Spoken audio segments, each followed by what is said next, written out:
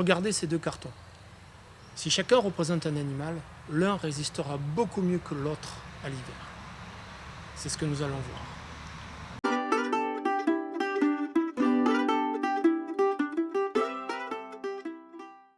Tout d'abord, une expérience.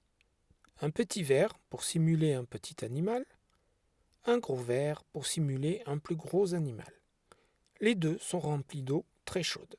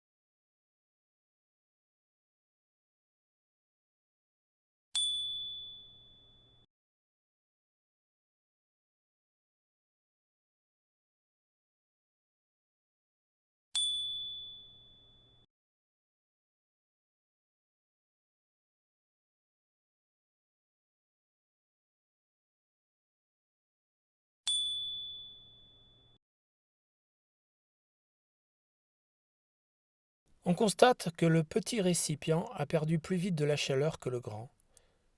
Mais pourquoi ? C'est la surface de contact avec l'extérieur qui détermine la perte de chaleur. C'est le volume qui détermine la capacité à produire de la chaleur et à en stocker. Or, plus un animal est gros, plus sa surface extérieure est petite par rapport à son volume. Démonstration. Considérons un cube de 1 cm de côté. Sa surface extérieure est de 6 cm², son volume est de 1 cm3. Le ratio S sur V est égal à 6. Pour un cube plus grand de 10 cm de côté, sa surface extérieure est de 600 cm². Son volume est de 1000 cm3. Le ratio S sur V est égal à 600 divisé par 1000, c'est-à-dire 0,6. On voit donc que l'animal de grande taille est avantagé quand il s'agit de conserver sa chaleur. Mais alors, et les gros animaux des pays chauds, comment font-ils ? Ils ont développé des stratégies de survie. L'éléphant dissipe la chaleur grâce à ses grandes oreilles. L'hippopotame passe ses journées dans l'eau pour ne pas surchauffer. L'oryx bénéficie d'un système d'échange de chaleur qui assure le refroidissement du sang avant d'atteindre le cerveau, qui est l'organe le plus fragile.